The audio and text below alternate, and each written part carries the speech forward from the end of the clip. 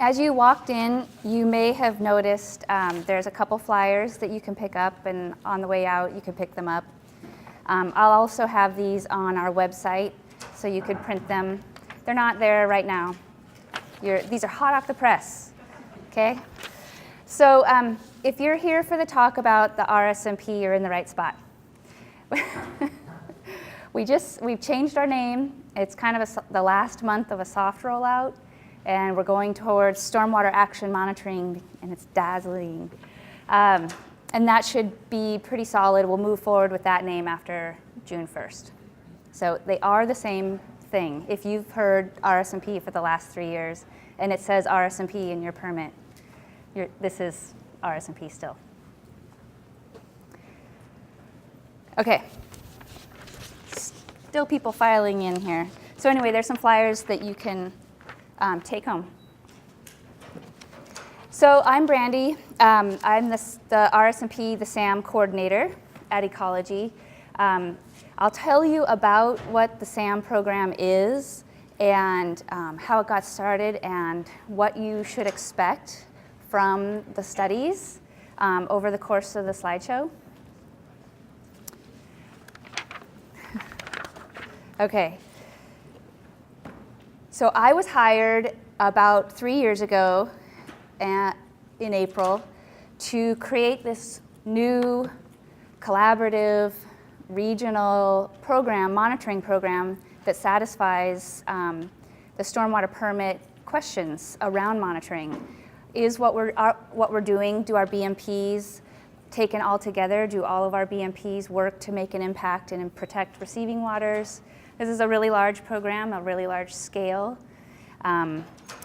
It's regional in that SAM, the RSMP, has a Western Washington focus. It's written into the Phase 1 and the Phase 2 permits, and also DOT has the option to participate in SAM in their permit. And in 2013, when you guys saw these for the first time, I show of hands, presume the bulk of the audience are permittees, right? You made a selection from option 1 or option 2 to participate in status and trends in the cost sharing program is option 1, and also for effectiveness studies as well. And then the source ID, the third component, was a required pay-in, so we can learn about illicit detection. And you may have seen a presentation about some of that data earlier. A lot of what I'm going to talk about project-wise, you may have seen presentations on today or yesterday. And what I want to say about SAM is this is really novel.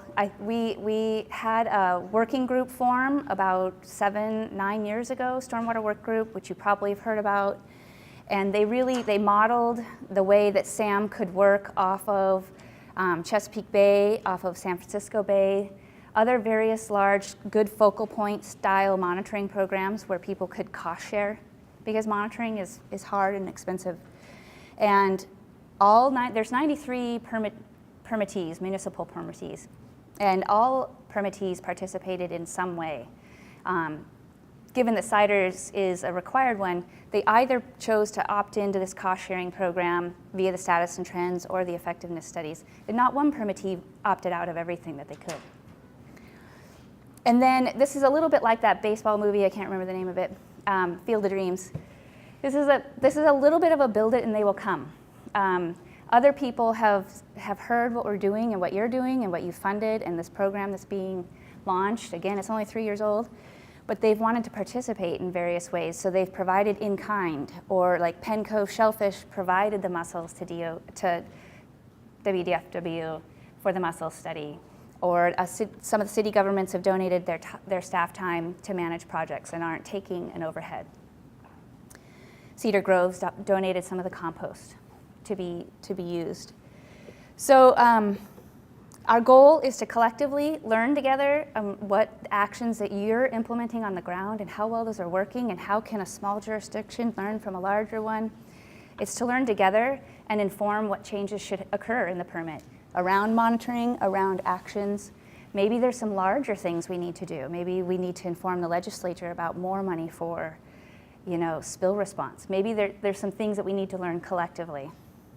So that's what SAM's goal is. That's the goal of your program, your monitoring program. So I don't need to tell you about how stormwater has pollution.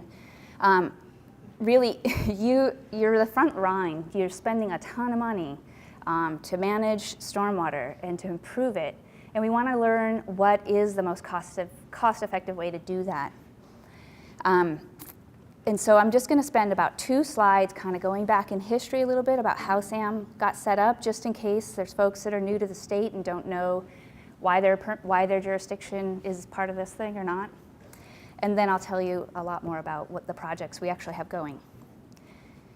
So in 2007, when we issued the last cycle of permits, the phase 2s didn't have a monitoring requirement. Only the phase 1s did. And it was outfall discharge monitoring. That meant using an ISCO and chasing storms. And there was only a few outfalls that had to be monitored. It was a representative outfall. And those monitoring efforts were, we heard, very hard. They're very expensive. I think each of the phase 1s didn't spend less than $1 million to do their 3 years of monitoring at 3 outfalls. And the phase 2s watched that with wide open eyes and said, we can't afford anything like that. Like, what's monitoring going to look like in our permit when it comes next time? Because the PCHB told Ecology you have to include monitoring next time in the phase 2. And so they came to Ecology and at phase 2s, and they said, we need a different approach for monitoring. Let's do a cost sharing, a collaborative, a coordinated, a cooperative, something. And so that's when the Stormwater Work Group formed, which you may have heard about, and spent a lot of time at the table putting together this, what we're calling SAM now.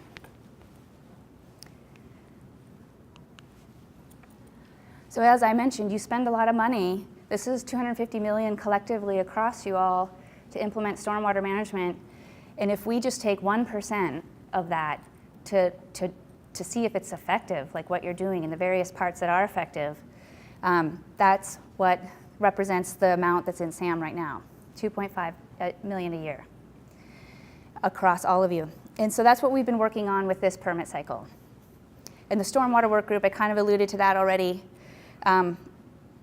And because I was hired 3 years ago, it's Stormwater Work Group oversees SAM and runs SAM, and I'm the one that runs SAM. The next slide is the definition of the universe to me. Stormwater Work Group and all of its recommendations towards ecology kind of define the world that how I see it. And Stormwater Work Group informs the partnership, the various other PSEM committees, and then they form a lot of their own subgroups. Stormwater Work Group is a formal stakeholder work group, and they formed especially the Pooled Resources Oversight Committee. That's the committee, and anybody, all the jurisdictions, all the permittees, I should say, have the majority of seats at these groups. Like, you're represented by whoever you've elected via your local caucus to sit at these seats. And that's true for the Pooled Resources Oversight Committee too. They're the committee that basically oversee whatever agency is implementing SAM. It's Ecology right now that Stormwater Work Group asked for Ecology to do it after looking for a lot of other people that could do it. And so the box at the bottom is Stormwater Action Monitoring. That's this program that's managed by Ecology, and that's what I'm doing for you. I've heard that Stormwater Work Group and all of its subcommittees can be really confusing when you don't live and breathe it. And so this is a little bit of a graphic to figure out all the various subgroups of Stormwater Work Group and the things that they're tackling. You can see that there's really, once you're past Pro-C and Stormwater Work Group, everything is an open public style group. You can come and be in part of helping define the topics for effectiveness studies, the parameters for the status and trends, receiving waters, helping figure out the form for source ID. There's agriculture, there's roads, there's a lot of other subgroups that are meeting throughout the year, not very many times, and you can be a part of it. It's open membership. The structured membership, the formal elected memberships, are only at Stormwater Workgroup and the pooled resources. Okay, so enough about that. So if we talk about SAM and what SAM's actually doing, your monitoring program, it has 3 focus areas, and those areas are probably familiar to you because you see those on your invoices each year when you pay in. When you've opted to pay into the program, we'll send you an invoice so that's something you can return. And there's those 3 bank accounts. We set up 3 bank accounts so that we can manage each one of these buckets, budget people in their buckets, separately. And so these are the 3 buckets, the 3 bank accounts, and the decisions made around those are made by those working groups. So the effectiveness subgroup defines the process and the projects that are done with that effectiveness bank account. Okay, so following? Okay.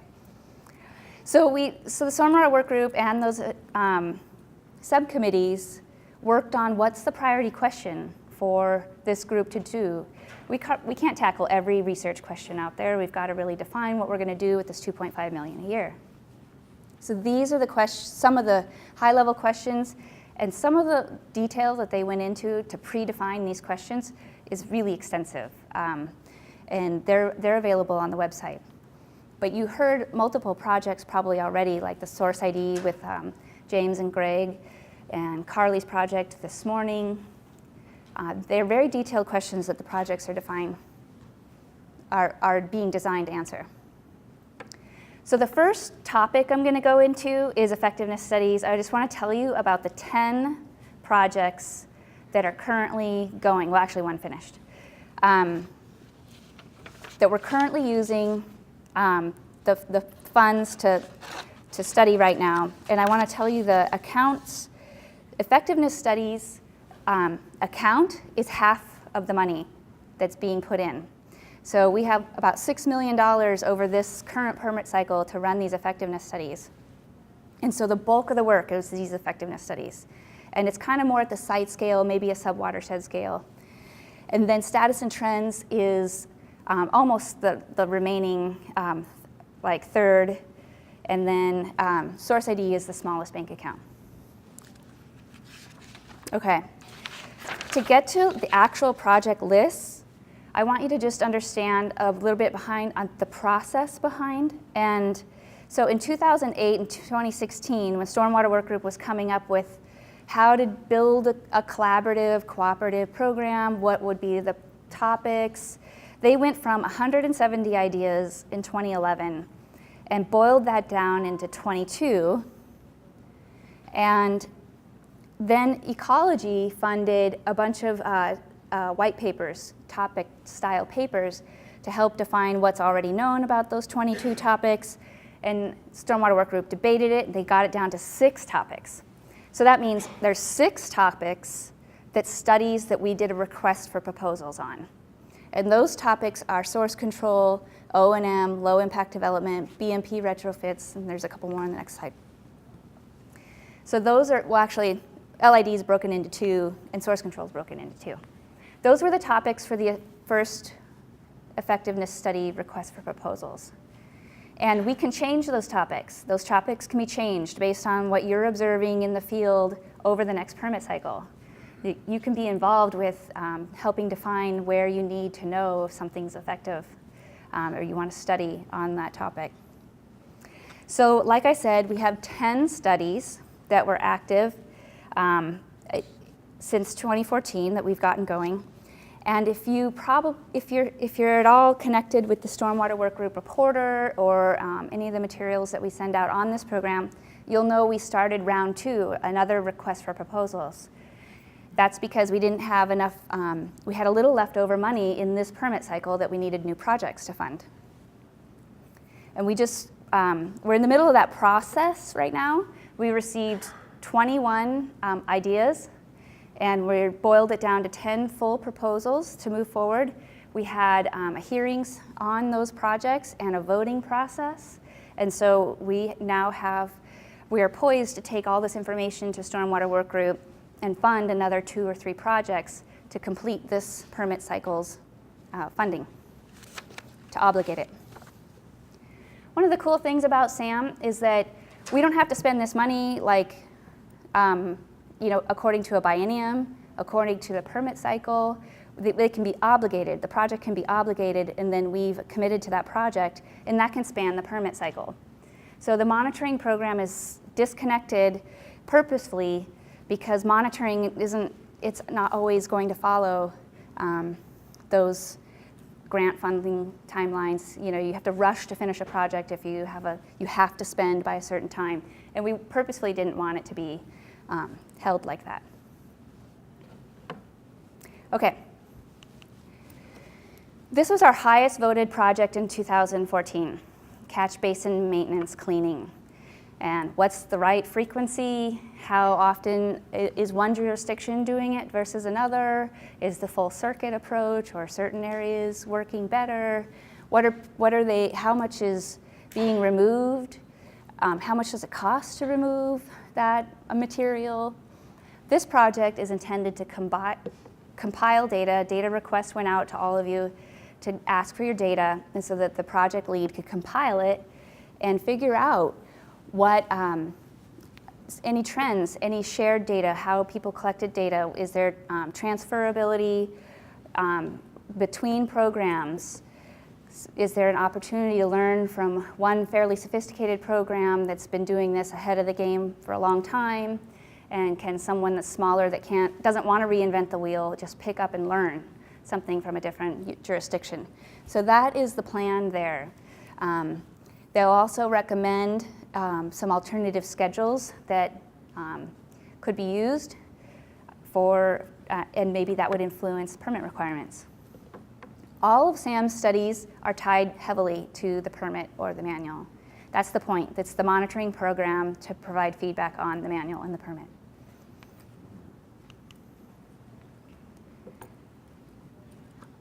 We also have the source control topic and in the effectiveness study context. So what is it that you do, jurisdiction A, jurisdiction B, jurisdiction C, that's different among those three? How well is the message received at a small business? How long do they retain the information? What's your revisitation frequency that's needed to be effective? Those are the kinds of questions being answered by a Lakewood-led project on small business source control effectiveness. This project is also survey-based. You probably received a survey from me or the Ecology permit managers or the regional permit coordinator groups. Any way that I can to get this data request out there and to the right people that will help fill out the surveys. Now with our new logo and our new look, I'm hoping that you'll recognize some of these data requests as a SAM data request, and you'll be able to understand that this is for a monitoring program that you're paying for, and make that connection directly. So the goals out of this project are to recommend various technical assistance needs. What are you facing out there across all of these jurisdictions with small businesses? Do you need help at from a state level or a university level, something where we could facilitate language and break down language barriers, break down, like some other people said, that most people don't know where stormwater goes. They didn't realize it didn't go to the wastewater treatment plant. Maybe we need a big campaign, and that maybe that's taken on partly by the state and partly by, some universities. Okay, this is one of our other high-ranking projects, and it's the point is it's being led by Bellingham, I should say, and the point is to actually, in the field, physically monitor the hydraulic performance of bioretention.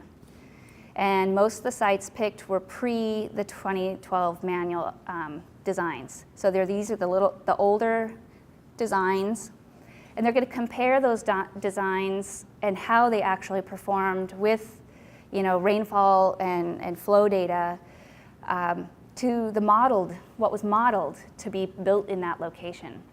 and we'll observe the differences. So is it actually performing the way it was modeled? And why not? There'll be some information, at least from as-builts, like maybe the size wasn't actually, what actually got built wasn't the same size.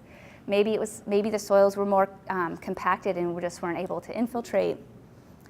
We're going to look forward to those results, and then this is one of the projects where they decided to ask for an extension on the project during the second round of RFPs to look at specifically bioretention built after with the new 2012 designs.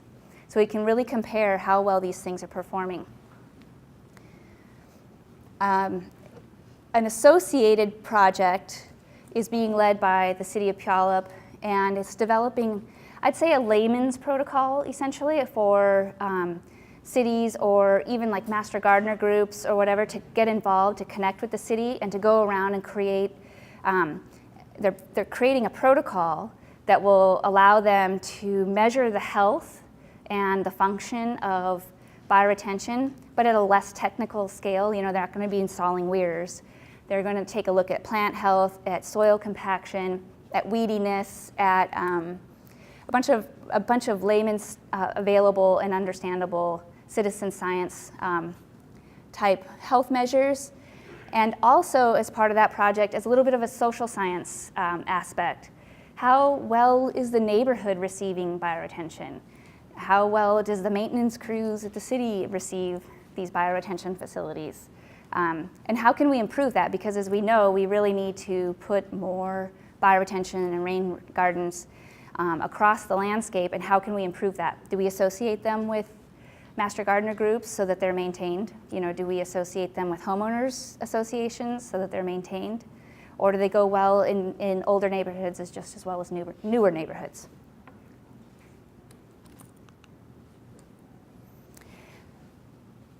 This is actually the project that's finished. I should say the first bullet. You've heard John Stark talk a number of times, and you've probably seen Jennifer McIntyre's pre-spawn mortality videos. We were able, with the SAM program, to chip in and do a very specific evaluation on the 60-40 mix. That's the manual's default soil mix. And just make sure that that's the mix that they were testing, and to make sure that that's the mix that prevents acute toxicity in salmon. And it was. Those were the mixes they were using, and the 60-40 mix itself does help prevent acute toxicity and developmental toxicity. An add-on to that, right now, there's work being done to add fungal inocula into the 60-40 mix. And it's called the Garden Giant. Apparently this mushroom will be like an inch across. They're mixing it into the soil mix, and they're going to see if it improves pollutant retention or if it improves toxicity prevention at longer exposures. And another add-on to that, in different mesocosms, this is a mesocosm scale study, they're going to evaluate how well the 60-40 mix without the fungi are removing and sequestering PCBs. Is it a seasonal thing just during the winter, or are PCBs being retained through the summer as well, or are they off-gassing? How much sequestration can happen with those organics by just the mix alone?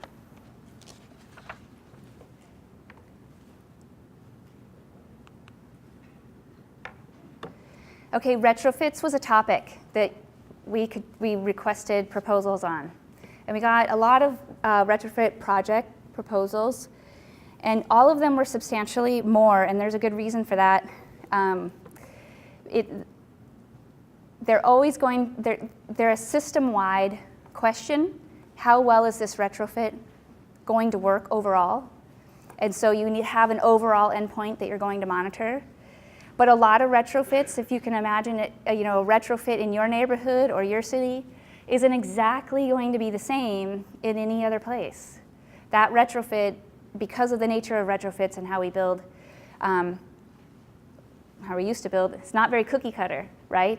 So a retrofit action in one city isn't going to be exactly the same, so we need to study retrofit components individually as well as the system overall, so that the individual components are what are transferable to you in a different location. So that might mean the Filterra project, the Filterra aspect of that one study was the only thing that you were going to be interested in at Echo Lake. Or maybe it's the rain garden or the bioretention. But overall, how well did that whole Highway 99 retrofit work along Echo Lake? That's unique to that area, but that's also really important. So the retrofit projects are usually the most expensive, and they need to be long enough to realize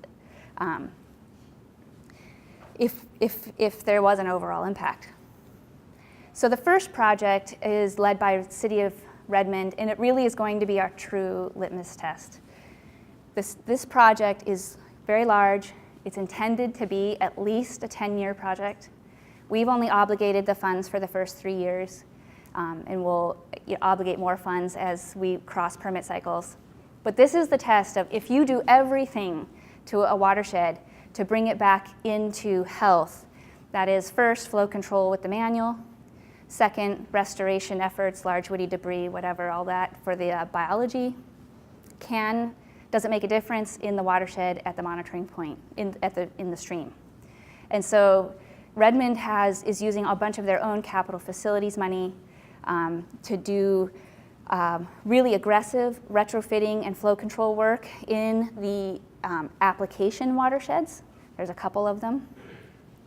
The control watersheds are the watersheds where development's happening naturally. The redevelopment cycle is is when flow control projects will go in at a normal rate, at a normal city rate. And then the reference watersheds are watersheds that won't develop because they're parks or they're a critical area of some sort. And so this is a very large scale, very long-term study that is being committed to. And we don't anticipate any results that we can latch onto until year 6, 8, and 10.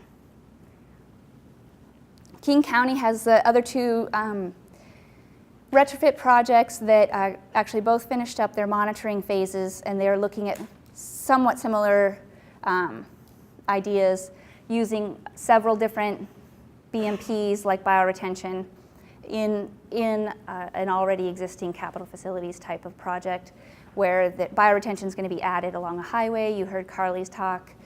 Or where bioretention is being added to a pond in series situation, basically setting up a treatment train to provide the treatment, the water quality treatment after the flow control.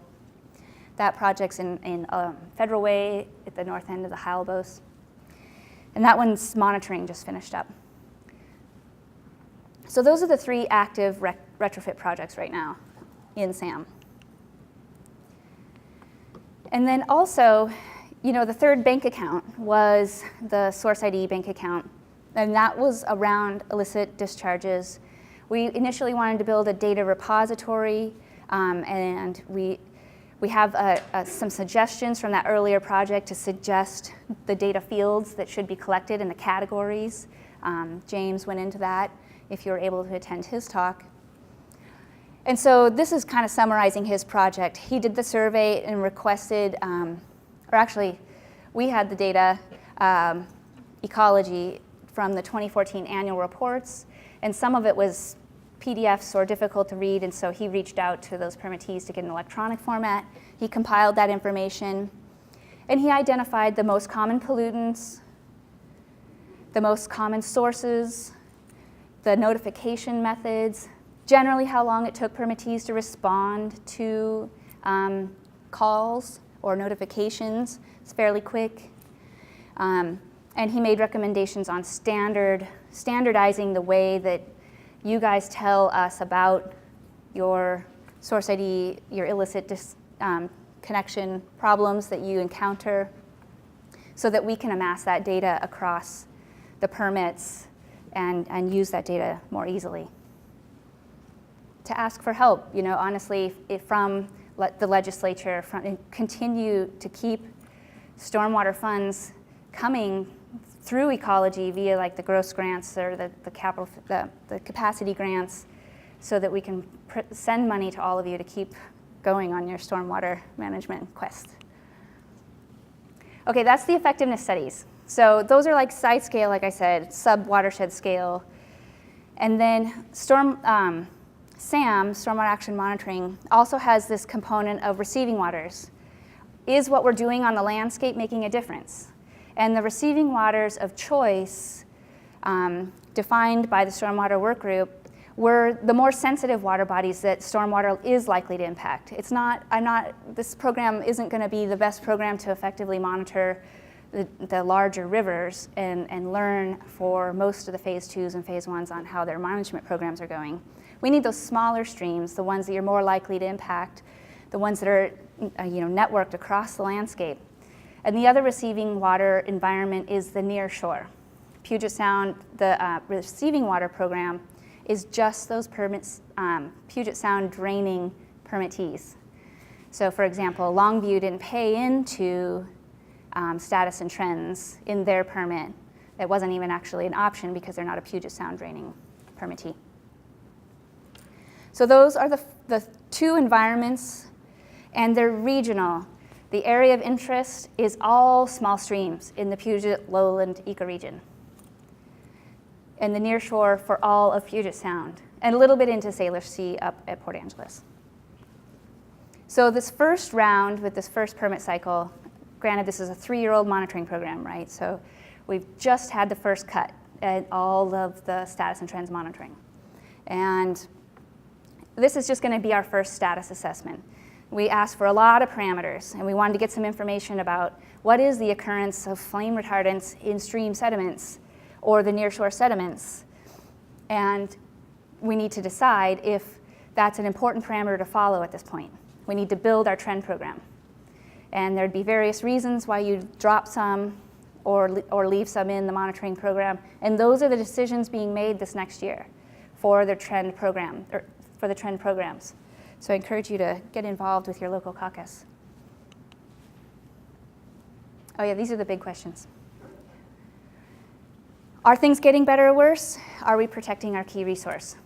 This is the information that you could potentially use along with other sources of information to help identify water bodies in your area that we're working on.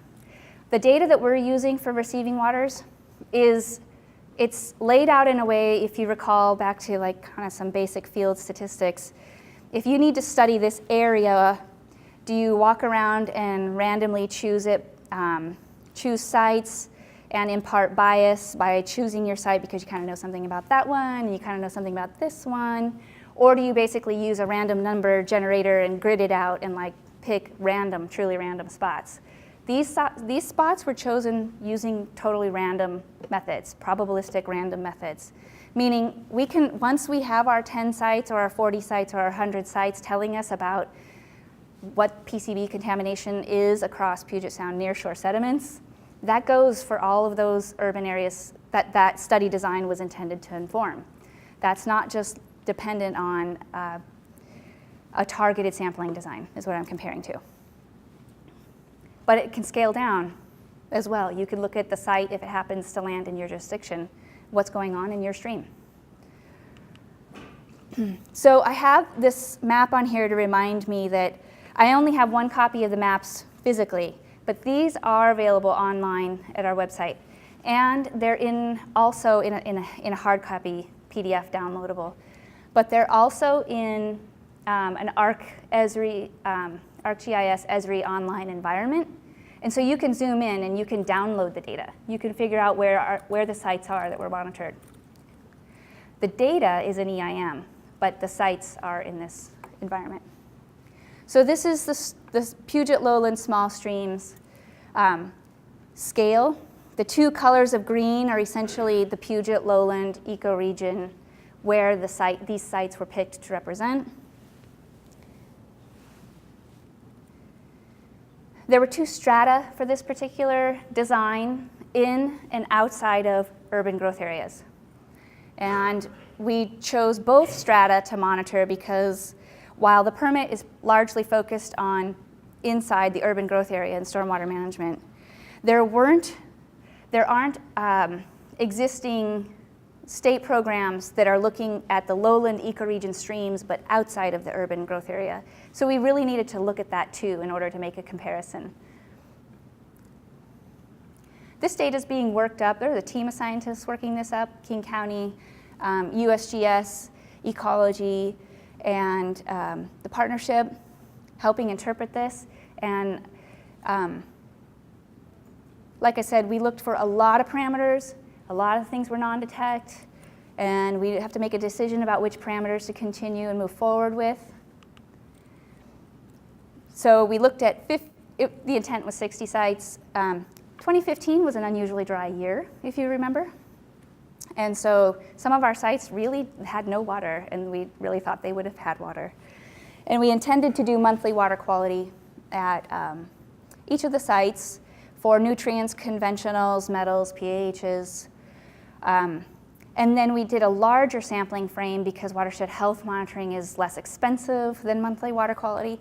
We increased the number of sites, and we looked for the stream insects, the macroinvertebrates, the periphyton we added because Ecology has that as one of their main things, and we're trying to leverage off the state protocol as much as possible.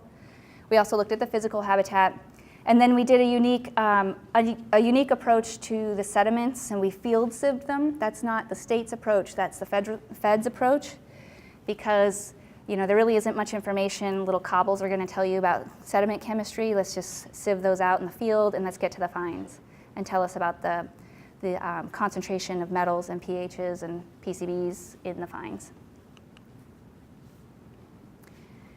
The nearshore work has a sediment chemistry focus and a biota focus as well as the streams. And the biota of choice is the mussels. It's a native mussel. DFW ran this study for us, and what they do is they get a bunch of mussels, bay mussels from Penn Cove shellfish, and they reserve some as the controls to know what was being placed. They put them in a cage and send them to the nearshore, stake them out with volunteers, hundreds of volunteers, at all of those sites across the Puget Sound. And they looked for those contaminants after about 4 months of exposure.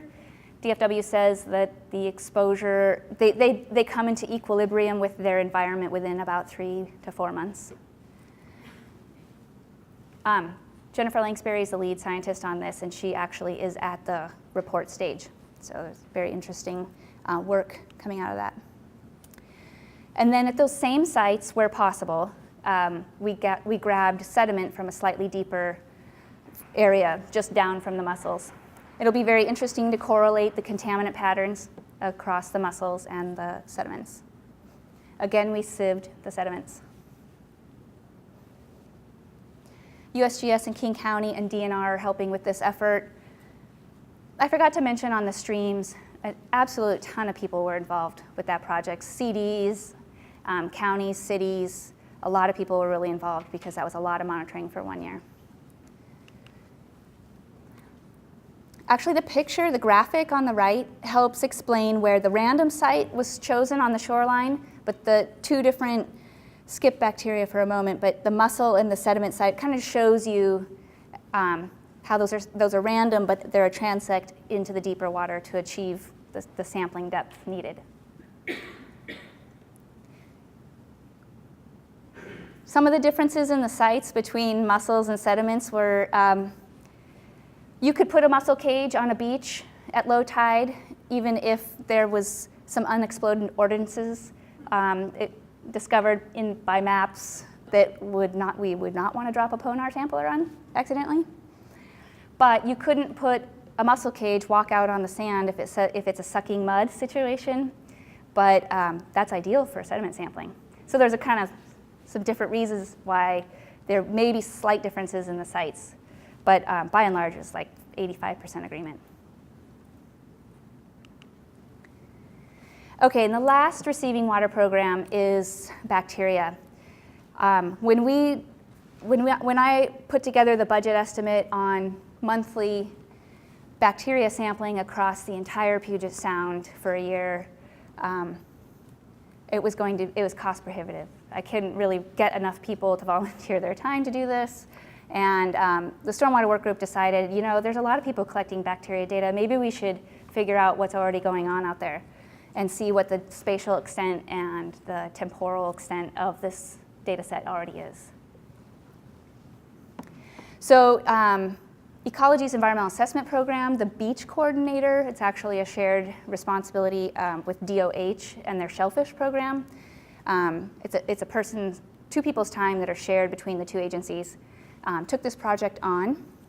They contacted 80 different people, or entities, I guess I should say, agencies, tribes, beach watcher, those kinds of groups, see if they have bacteria data.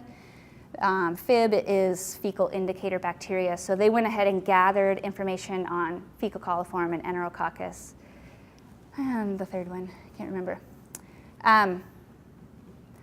They amassed 42,000 data points and summarized that data. So I just want to kind of end with how SAM is useful. We're really trying to design these projects so that, like, the receiving water projects are probabilistic and they really define the entire region. The effectiveness studies projects have transferable elements. You hopefully would be able to learn something from every project. Even if it was a large retrofit study that's kind of more unique to that one, there will be a piece in there that is transferable. And everybody can participate.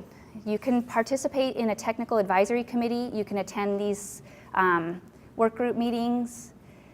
You can be involved besides writing the annual fund to the program. You can lead the studies. If you have monitoring capacity in your jurisdiction and you want to use it, you could probably get involved with one of these studies. And together we'll learn about what's working. The state, we'll aim to use this information with the legislature, with other permittees, with new permittees that might come into play. Some of these things may be really useful across the state and even to other states. Oh yeah, you can get involved. We are working on some really important stuff this year. We're gonna design those trend programs, and those trends programs won't change after that. They'll be a trend program. We intend to get data. Trend data takes a long time to get. It's going to be 10 years before you get enough signal from the amount of noise across the region. We also need to just simply hear about the issues you're facing, and do you need a study about something to know if it's working? And, oh yeah, we're having a symposium, June 1st, and you're going to have in-depth about every project that SAM is funding. So 10 effectiveness studies and 4 status and trends. So that's June 1st, and it's on the website. Thanks.